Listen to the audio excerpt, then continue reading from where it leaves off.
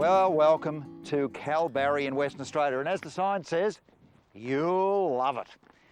And you will love it. You'll love it particularly because it's got some of the best wildflowers on the face of the planet. Certainly botanists and general tourists from around the world regard this area, I suppose, from about here down to the bottom of Western Australia to the southwestern tip, as the best area for wildflowers on Earth. You really, when you come here, you will be dazzled by what you see. Inland, there's more of the great carpet of colour, but it's only a handful of different species of plants. Here, vast array of plants. Just have a look at some of the wildflowers from the area of Kalbarri.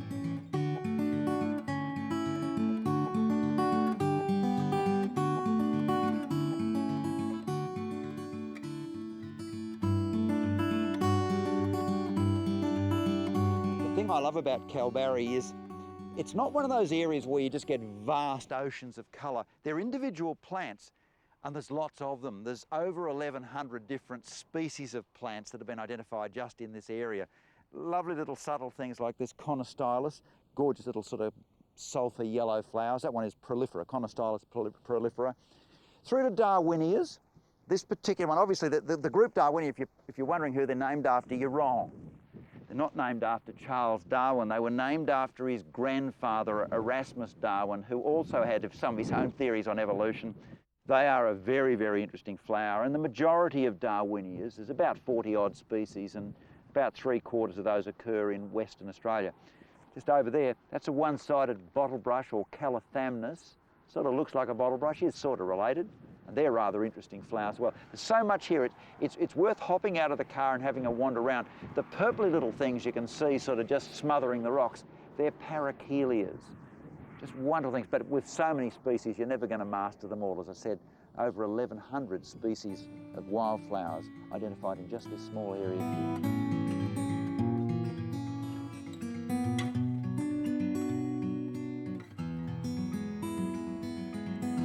This thing gorgeous. This is Melaleuca megacephala. Now Melaleuca, you know then, that's the paper barks. Megacephala just means a big head. You've got a big head of flowers on this particular thing, and it is divine. By the way, most of the colours of the flowers out here are determined by small insects. You can see all the little insects on them. Most of those sort of whites and yellows and I suppose blues and purples, those shades are typically for insects. They attract insects. Birds are more into your oranges and reds and pinks.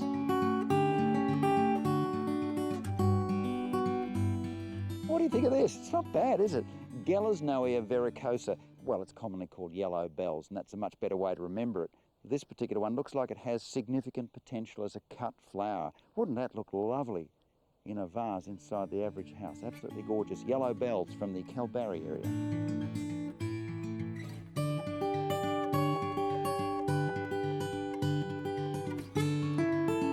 Kalbarri is a heathland plant community. I suppose you're all wondering what the heck heath means.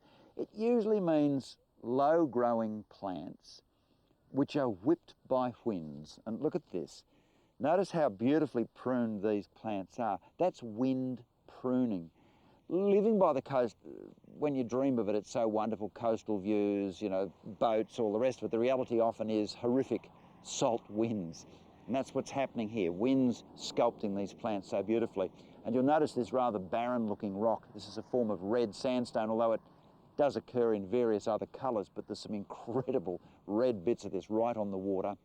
And amongst it sometimes you just see lovely sights like that little parachelia there nestled in there. Just imagine all the salt winds and the harsh, dry heat, how that sort of thing survives. You just couldn't understand, but they survive, they do, and flower they do.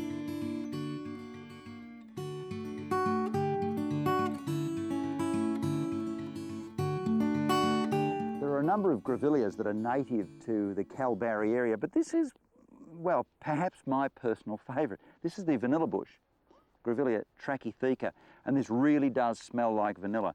This is a plant that could be used in plant breeding to produce some really lovely perfume Grevillea hybrids for the future, but to my knowledge it's never been used. Lovely, lovely plant.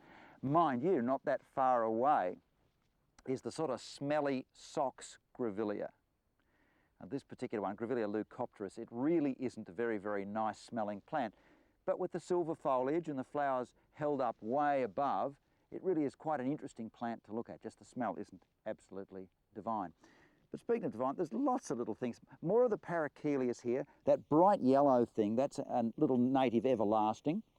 And there's more of the Conostylis. In fact, there's great beds of Conostylis through here, but when you look again, the colours through here, the yellows and the pinks, and I suppose the creams, are just gorgeous.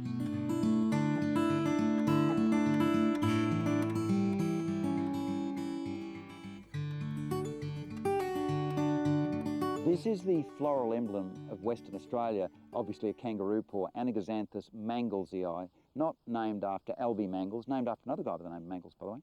But isn't it a gorgeous thing? This is a particularly good form out Kalbarri way with lots of flowers, good, strong colour.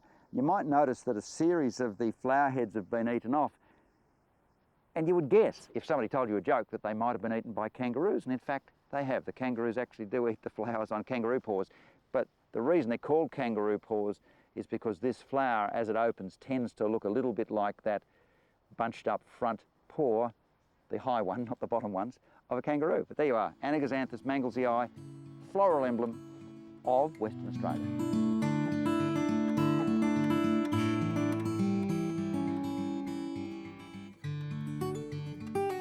Not going to believe me, but this is the original road into Kalbarri. Believe it or not, up to about the mid-1960s, this was more or less the only road in. Look at it. These gorgeous white flowering things along the edge here, these are Geraldton Wax. There's the odd little pink one scattered around, and from those they've obviously selected the really good pink and purpley varieties that we grow in our gardens. But there it is, and up to the mid-1960s, this was it. This was the road in. In the later 1960s, it was actually named Kalbarri. It sort of never had a name prior to that. And at about that stage, a whole bunch of crazy people like myself started to visit this area for the wildflowers, and we were absolutely blown away. Beautiful coastal thing, Murchison River, wending its way into that gorgeous bay, beautiful fishing, lobsters, gorgeous area. This really is a wonderful, wonderful zone. But it was very primitive in those days, as is borne out by this, the road into Kalbarri up to the mid-1960s.